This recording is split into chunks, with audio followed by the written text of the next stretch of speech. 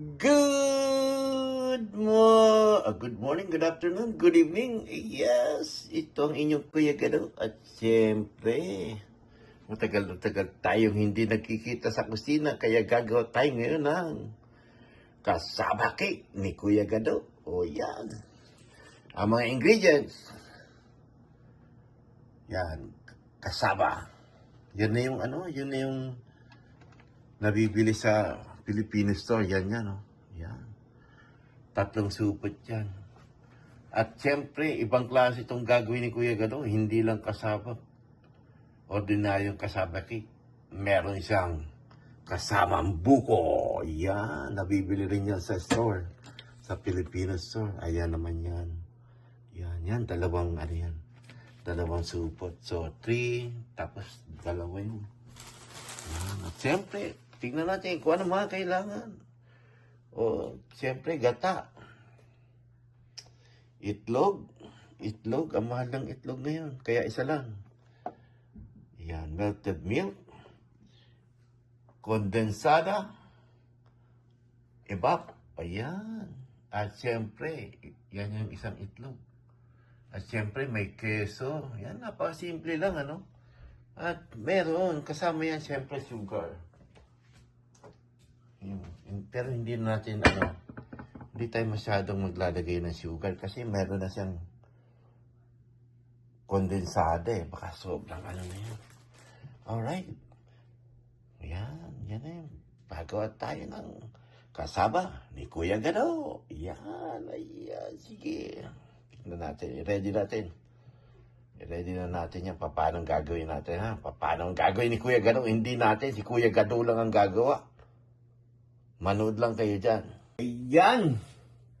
Umpisa na natin. Kita na naman ang tiyan ni Kuya Gado. Huwag nyo nang pansinin. Siyempre, unahin natin itlog.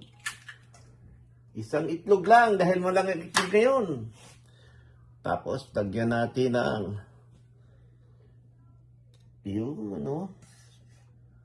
wag lahat, ha. Timpla lang. Yung measurement, bahala na kayo. Ako, hindi ko ito iubos kasi gagawa pa tayo ng toppings. Yan. Yung inyong toppings naman, yung natitira. Tapos itong milk. Milk, huwag naman masyadong madami. Hindi natin ubusin. Yan. Natin ubusin. Tapos yung milk. Cocoa milk. Yan, yung gata. Haluin natin. Yan, tapos magtira din tayo para sa ating toppings. Yun. Para sa toppings naman niya. Mas masarap, maraming toppings, di ba? Alright. Tapos yung butter. Lagay na natin yan. Lagay na natin yan. Yan. Kahit anong butter. Yan. Lagay natin yan.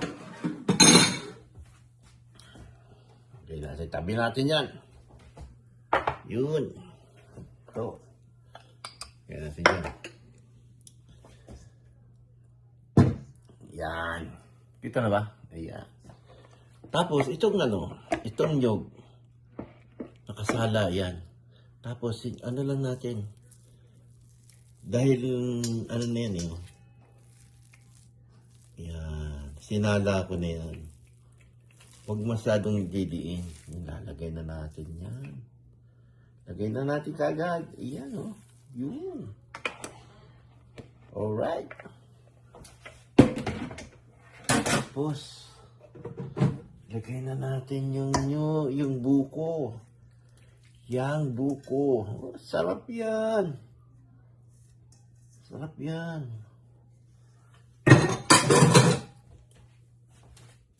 Tapos, gugawa tayo ng panghalo. Haluin natin yan. Haluin. Mekos muna yan. Kailangan mekos na maayos yan. Yan, Kailangan, anong-ano yan. Mix na mix yan. Yan. Napakadali lang, di ba? Madali lang yan. Alright. Yan, no? Haluin ang haluin. Ayan, nahalo na natin ng gusto. Nahalo na natin ng gusto. Kaya, lalagyan na natin siya sa ating lalagyan para mailuto na. Okay. Tatansyahin natin. Pag masyado maliit yung lalagyan, dadalawahin natin kasi ayaw natin ng umapaw. Bago nga pala lalagay yung yung nahalo natin. Kailangan merong mantika or butter para hindi siya dumikit. Palagay ko kasi. Isahin na lang natin. Oh. Malalim pa siya eh. Diba? Huwag mo tingnan yung tiyan ko. Kasya sa isang bagsakan. Isang bagsakan na lang. Yun, oh. Yun.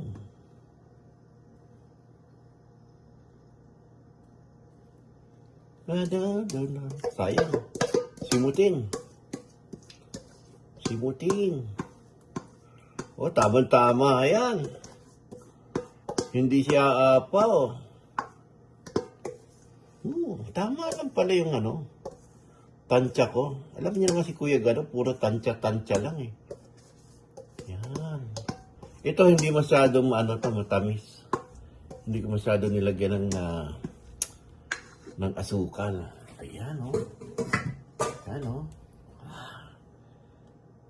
Lalagyan na natin sa yan. Lalagay ko na sa yan, sa oven. Hindi natin. Ako lang pala, laging ako. O, shout out yan. Kay Ate Ann Banson, kay Kuya Gerald, kay Kuya Catano. Ayan, oh. Woohoo! Ganda, di ba? Lalagyan na natin yan sa oven. Alright? Yeah. Na-preheat ko yan ng 375. Siguro, lagay natin sa 400. Para mas madali. Sa siguro 30 to 45 minutes, maluluto na yan. Okay, balikan natin yan. Tapos habang nandiyan sa oven, siyempre maghuhugas na tayo ng mga paggagamit natin. Tapos kagawa na tayo ng pang-toppings, di ba? Alright. Ayan, tapos na tayo maghugas ng ating mga ginamit. Kaya ngayon, gagawa tayo ng toppings. Yan, lagay na natin ito. Yung itlog, yung yolk lang yan, ha. Itlog. Ito. Yan. Sinimot Kuya Gado. Ay, yung konting gatas, lagay na natin. Usually, hindi naman nilalagay yan, eh. Pero lagay na natin, sayang, eh. Tapos lagay na natin yung gata, yung natirang gata. Yan, oh. Yan ang itatamis natin. Siyempre, hahaluin natin yan. Halo. Kailangan halong-halo natin yan. Yan lang, ganun lang kasimple yung toppings. Yan. Siyempre, mamaya lalagyan natin yung cheese sa ibabaw, ha? Ayan, yan yung pinaka-toppings yan, ha? Alright. Haluin natin yan. Kailangan tunaw siya. Tunaw yung condense. Ayun. Yan. Yan. Alright. Mamaya, balik tayo ulit, ha? Ayan na siya, oh. Ganda. So, ang gagawin natin dyan, lalagyan natin ng toppings. Yes.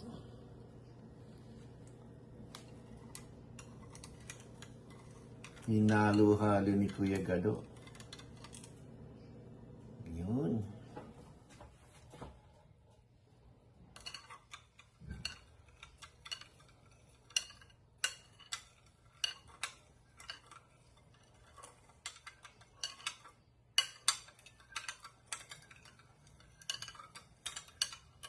The best yan, no? Busan na natin yan. Diba? Cover na siya. Covering the floor.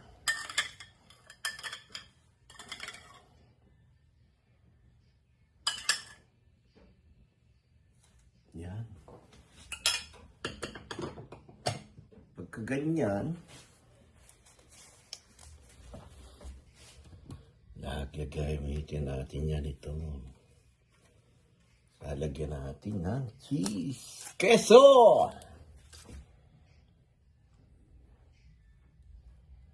Ano ba? Sobrang lambot eh. Sobrang lambot.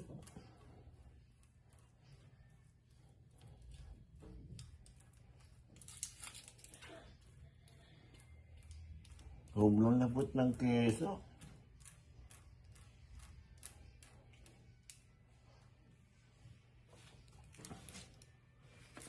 Yan, nako. Sobrang lambot ng keso.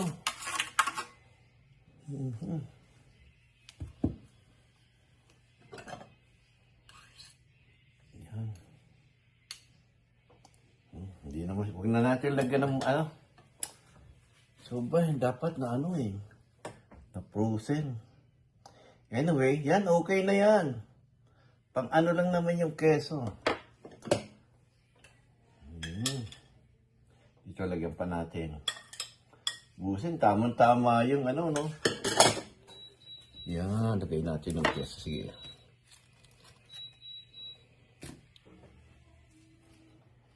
Yun. Ito pala eh. Yan, sarap niya, no?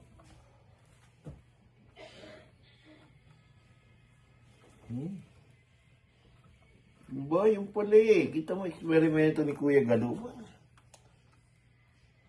Sarap yun. Ito banda. Yan. Naku po. Champion.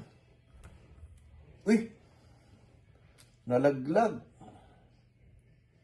Masyadong malaki. Matutulay yan. Lagyan na natin yan dyan. So, yun.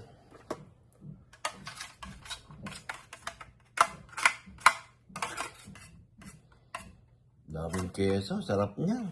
The best. Diba? Dapat pala doon sa malaking butas.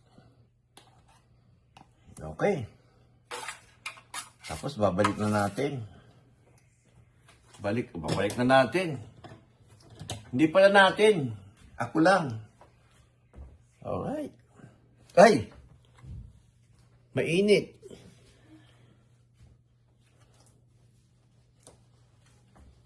Yan balik natin. Balik natin ulit.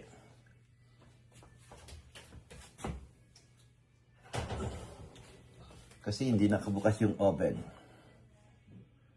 Yun.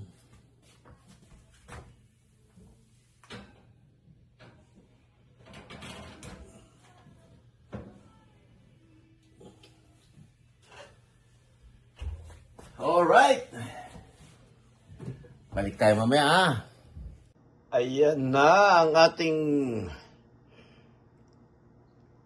finished product. Kasaba ni Kuya Gado. Hindi lang basta kasaba yan. Kasaba with buko. Ayan, di ba? Ayan, nilabas na natin after 25 minutes. Pagkatapos natin lagyan ng toppings. Ayan siya, oh. Oh, di ba? Ganda. Alright, thank you very much. Sana panoorin nyo to. At siyempre, shout out, Ate Ann, Kuya Gerald, Kuya Katano. Ayan. May maraming shout out sa inyo dyan.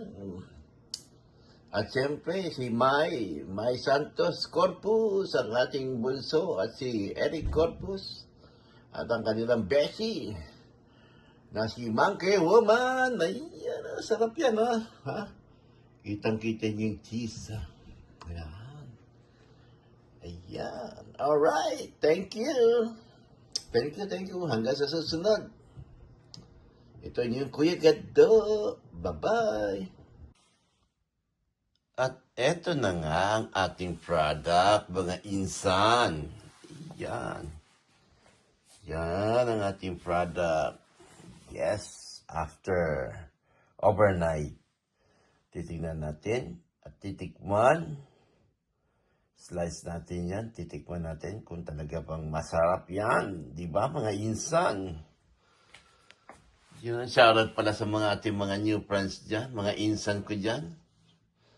Si Lola May, si Lady M, at siyempre, ang mga insan ko dyan, si Sheng Sheng, si Matet, yun, si TDU. Tama ba? TDU ba? O Team... basta. Yun na yun. Mga USA natin mga new friends. At siyempre, si Kuya Leo, si JK, si Jericho. Ewan ko kung nasan ngayong mga panahon. At siyempre, si Presley, ang ating idol, si Daddy, ang ating mentor. Yeah. Of course, si Kuya Ariel, si Barbatos, Kuya Gabi, at si Ate Kay, ano ating mga idol. Siyempre, yan, si Idol Rick, oh. At yan 2.0, yan. Pag wala kayong magawa, kasaba cake, sundan nyo lang ang ginawa ni Kuya Gado. Alright. Ayan, tignan natin. Uy.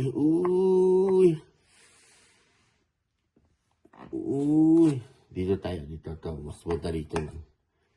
Tirahin eh. Yan.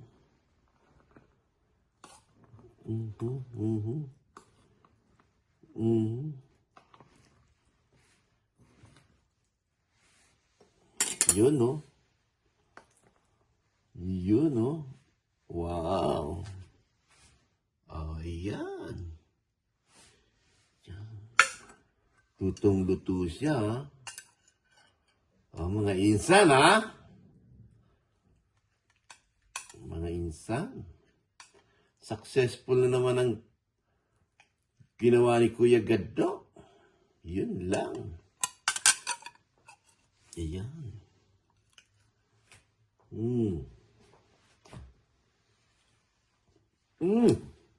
Champion. Masarap siya. Hindi siya matamis na matamis. Saktong-sakto. Siyempre, shoutout sa aking Team Pula. Ninong Jess na busy-busy sa kanyang apo. Sir Fred Ko. Yan. At siyempre si Sir Simple. At ang kanyang misis na si Simple Dimple. Yan. May galabsal sa inyo lahat yan, ha. Ayan. Yan po. Ha? Luto ni Kuya Gado. Ayan. Alright. Salamat. Hanggang sa susunod uli. Ayan. Pangalawang bye-bye ko na yan. Alright. Kasaba ni Kuya Gado with Buko. Okay.